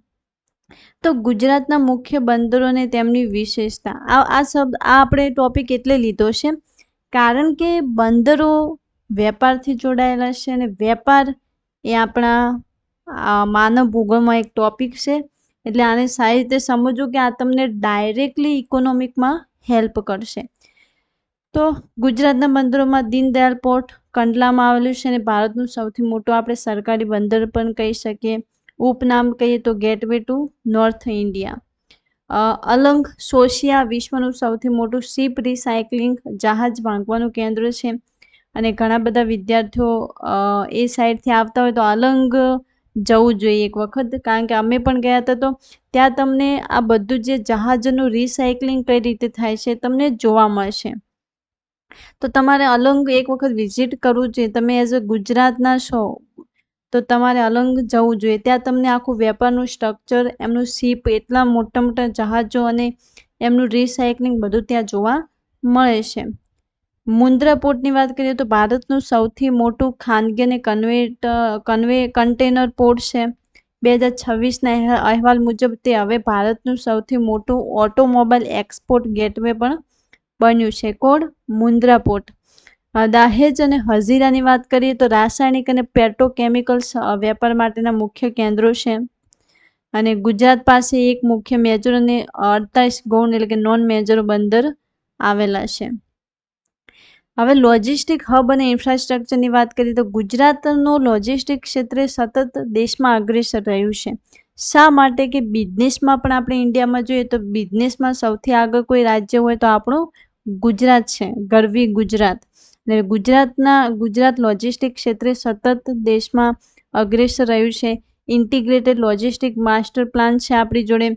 જાન્યુઆરી 2026માં ગુજરાતે 2026-2047 સુધીનો માસ્ટર પ્લાન રજૂ કર્યો હતો અને $21.6 બિલિયન ના પ્રોજેક્ટ પાઇપલાઇનમાં છે. એટલે કે આટલો બધો આપણો ગુજરાત લોજિસ્ટિક ખર્ચમાં ઇન્વેસ્ટ કરી રહ્યું છે. હવે તમે વિચારો કે પાઇપલાઇન આવી જશે તો ત્યાં માલ એક જગ્યાથી બીજી જગ્યાએ બીજા દેશમાં પહોંચાડવો સરળ પડશે અને જેટલું તમે લોજિસ્ટિક ખર્ચમાં તમે ઇન્વેસ્ટ કરો છો એટલું જ ડાયરેક્ટલી એ બેનિફિટ તમારા બિઝનેસમાં થાય છે. મલ્ટી મોડલ લોજિસ્ટિક પાર્ક છે. અમદાવાદ, સુરત અને રાજકોટ જેવા શહેરોમાં આંતરરાષ્ટ્રીય સ્તરના લોજિસ્ટિક પાર્ક વિકસાવવામાં આવી રહ્યા છે. કનેક્ટિવિટીની વાત કરીએ તો પશ્ચિમ સમર્પિત કોરિડોર અને દિલ્હી મુંબઈ ઇન્ડસ્ટ્રીયલ કોરિડોર ગુજરાતના બંદરોને સીધા જ ઉત્તર ભારતના બંદરો સાથે બજારો સાથે જોડે છે. તો આ મોટું તમને ખબર હોવી જોઈએ. વેપારમાં ગુજરાતનું યોગદાન જોવા જઈશું તો કાર્ગો હેન્ડલિંગ નાણાકીય વર્ષ 2024-25માં ગુજરાતના ગૌણ બંદરો એટલે કે 487 MMT કાર્ગો હેન્ડલ કર્યો હતો, જે ભારતની કુલ મેરીટાઈમ ટ્રાફિકના 31% હિસ્સો ધરાવે છે. અને આમાં કેવું હોય છે, આમાં આંકડા ચેન્જ થતા હોય છે, એટલે કરંટ અફેર્સને આપણે લિંક કરવું જોઈશે. નિકાસની વાત કરીએ તો ભારતની કુલ નિકાસમાં ગુજરાતનો હિસ્સો 27-30% છે. એટલે બહુ સારો કહેવાય અને આપણું ગુજરાત બિઝનેસમાં સર્વોપરી છે. નવીન નીતિઓ અને પ્રોજેક્ટ 2025-26માં તો કે પોર્ટ સિટી પ્રોજેક્ટ બજેટ 2025માં 100 કરોડની ફાળવણી સાથે પોર્ટ સિટી વિકસાવવામાં દરખાસ્ત મૂકવામાં આવી છે. ગુજરાતની વેર હાઉસિંગ અને લોજિસ્ટિક પોલિસીની વાત કરીએ તો જેનો હેતુ લોજિસ્ટિક ખર્ચ ઘટાડવા અને સપ્લાય ચેઇનને મજબૂત કરવાનો છે. એટલે આપણું ક્યાંક ને ક્યાંક ગુજરાત વેપારમાં બહુ કામ કરી રહ્યું છે, લોજિસ્ટિક ખર્ચને ઘટાડવામાં બહુ કામ કરી રહ્યું છે. National maritime heritage complex Lothal ભારતની સમુદ્રી દરિયાઈ વિરાસત પ્રદર્શિત કરવા માટે લોથલ ખાતે વિશ્વસ્તરીય મ્યુઝિયમ વિકસાવવામાં આવી રહ્યું છે. એટલે ક્યાંક ને ક્યાંક બહુ ડેવલપમેન્ટ આપણા ગુજરાતમાં થઈ રહ્યું છે. હવે આપણે સ્પેશિયલ ઇકોનોમિક ઝોન એટલે શું, આ વસ્તુ આપણે ભણીશું. તો વ્યાખ્યા જોઈ લઈએ કે સ્પેશિયલ ઇકોનોમિક ઝોન, અને સ્પેશિયલ ઇકોનોમિક ઝોન મેન્સમાં પણ આખા ક્વેશ્ચન એનામાંથી ફ્રેમ થતા હોય છે. એટલે આ બહુ ઇમ્પોર્ટન્ટ ટોપિક છે કે સ્પેશિયલ ઇકોનોમિક ઝોન એ એક એવો ભૌગોલિક વિસ્તાર છે જ્યાં આર્થિક કાયદાઓ દેશના અન્ય ભાગો કરતાં વધુ ઉદાર હોય છે. તો આપણે મોટું ભણીએ એના પહેલાં હું કહી દઉં કે સ્પેશિયલ ઇકોનોમિક ઝોન એટલે કેવું હોય કે આપણે જેવી રીતે ગાંધીનગરને આપણે એક્ઝામ્પલ લઈએ તો એક ભૌગોલિક વિસ્તાર હોય, ત્યાં બધું જ બેન્કિંગ સેવા, ઇન્ફ્રાસ્ટ્રક્ચર બધું એવી રીતે ફ્રેમ કરવામાં આવે છે કે બહારના કોઈ દેશ છે એ આપણા સાથે વેપાર કરવા માગે તો એ ડાયરેક્ટલી ત્યાં કોન્ટેક્ટ કરે, અને એને જે ડોક્યુમેન્ટેશન હોય છે કે બેન્કિંગ પ્રોસેસ હોય, નોંધણી પ્રોસેસ હોય, આ બધું એને ઇઝીલી એક જ જગ્યાએ અવેલેબલ થઈ જાય, એને અલગ અલગ જગ્યાએ ભટકવું ના પડે. અને જો તમે કોઈ દેશ આ વસ્તુ પ્રોવાઈડ કરતો હોય તો બહારની જે કન્ટ્રીઓ આપણા અંદર ઇન્ટરેસ્ટ ધરાવે છે, અને ઇન્ટરેસ્ટ ધરાવે તો ક્યાંક ને ક્યાંક આપણી કન્ટ્રીને બેનિફિટ થાય છે. એટલે શું કે ભારતમાં એ લોકો ઘણા બધા ભૌગોલિક વિસ્તાર જે સ્પેશિયલ ઇકોનોમિક ઝોન બનાવવામાં આવ્યા છે કે ત્યાં ફોરેન કોઈ કંપનીઓ છે ડાયરેક્ટલી ત્યાં કોન્ટેક્ટ કરતી હોય છે. મુખ્ય હેતુ જોઈએ તો નિકાસ વધારીને આપણો તો સૌથી મોટો કે એક્સપોર્ટ કરવું, જેટલું એક્સપોર્ટ કરશો એટલું આપણા પાસે ફોરેન કરન્સી આવશે. વિદેશી રોકાણ, એફડીઆઈ આકર્ષવું, રોજગારી ઊભી કરવી. હવે સ્ટુડન્ટને એફડીઆઈ અને એફઆઈઆઈ ફોરેન ડાયરેક્ટ ઇન્વેસ્ટમેન્ટ ખબર હોવી જોઈએ, પણ ફોરેન ડાયરેક્ટ ઇન્વેસ્ટમેન્ટ પણ ઇકોનોમીનો ટોપિક છે તો આપણે ઇકોનોમિકમાં જોઈશું. પણ એક વસ્તુ મોટું જોઈ લઈએ કે ફોરેન ડાયરેક્ટ ઇન્વેસ્ટમેન્ટ એટલે એવું ઇન્વેસ્ટમેન્ટ કે જ્યારે કંપનીઓ ડાયરેક્ટલી આપણા વેપારમાં કે આપણા દેશમાં ઇન્વેસ્ટમેન્ટ કરે છે, અને એ ઇન્વેસ્ટમેન્ટ એના આધારે હોય છે કે આપણા પ્રોફિટમાં ભાગ હોય છે. આપણને નુકસાન થાય તો એમને બી નુકસાન, આપણને બેનિફિટ તો એમને બેનિફિટ, એટલે કે ડાયરેક્ટલી એ પાર્ટિસિપેટ કરે છે આપણા બિઝનેસમાં. એમની પછી એમની મરજી પણ ચાલે કે જ્યારે એમને એફડીઆઈ કરેલું હોય ને તો એમનો જેટલો આપણો હક છે એટલો એમનો બિઝનેસમાં હક છે. અને એફઆઈઆઈ જે આવે છે એમાં એવું છે કે જસ્ટ ઇન્વેસ્ટમેન્ટ કરતા હોય છે, એમને જે પ્રોફિટ આપવાનું હોય, જે પર્સન્ટ આપણે જે દરે એ દરે આપી દેવાનું. એટલે એફડીઆઈ અને એફઆઈઆઈ આપણે ડિટેલમાં ઇકોનોમીમાં ભણીશું. અને રોજગારી ઊભી કરવી એ પણ આપણે સ્પેશિયલ ઇકોનોમિક ઝોનનો એક પર્પઝ છે. હવે ગુજરાતમાં આપણે સ્પેશિયલ ઇકોનોમિક ઝોનની શું સ્થિતિ છે એ જોઈશું. તો ગુજરાતમાં આશરે શબ્દ એટલે કે એક્ઝેક્ટ આંકડો નથી, આશરે 20થી વધુ કાર્યરત છે. પહેલું કે કંડલામાં છે, મુન્દ્રામાં છે, જામનગર છે, દાહેજમાં છે. પછી ગિફ્ટ સિટી, ભારતનો પ્રથમ આઈએફએસસી એટલે કે international financial service centre, Gandhinagar ખાતે આવેલું Gujarat international finance technology tech city gift city એક વિશિષ્ટ પ્રકારનો સ્પેશિયલ ઇકોનોમિક ઝોન છે. તે ભારતના ઇન્ટરનેશનલ ફાઇનાન્શિયલ સર્વિસ સેન્ટર તરીકે કાર્યરત છે. અહીં નીચેની સેવાઓ માટે આંતરરાષ્ટ્રીય સ્તરના નિયમો લાગુ પડે છે. બેન્કિંગ, શેરબજાર, વીમો, આવી બધી સેવાઓ ત્યાં પ્રોવાઈડ કરવામાં આવે છે ને ઇઝીલી પ્રોવાઈડ કરવામાં આવે છે. હવે આપણે થોડું થિયોરિટિકલ ભણીશું કે ઇન્ટરનેશનલ ફાઇનાન્શિયલ સર્વિસ સેન્ટર શું છે. ઠીક છે, તો આપણે એ વસ્તુ થોડુંક જોઈશું કે એ ભારતમાં એક એવો વિશેષ વિસ્તાર છે જે વિશ્વસ્તરીય નાણાકીય સેવાઓ પૂરી પાડે છે. તે ભારતના ભૌગોલિક વિસ્તારમાં હોવા છતાં કાયદાકીય રીતે તેને વિદેશી પ્રદેશ ઓફશોર જેવો ગણવામાં આવે છે. હાલમાં ભારતનું પ્રથમ અને એકમાત્ર કાર્યરત આઈએફએસસી ગિફ્ટ સિટી ગાંધીનગર ગુજરાતમાં આવેલું છે. હવે આઈએફએસસીનો હેતુ શું છે?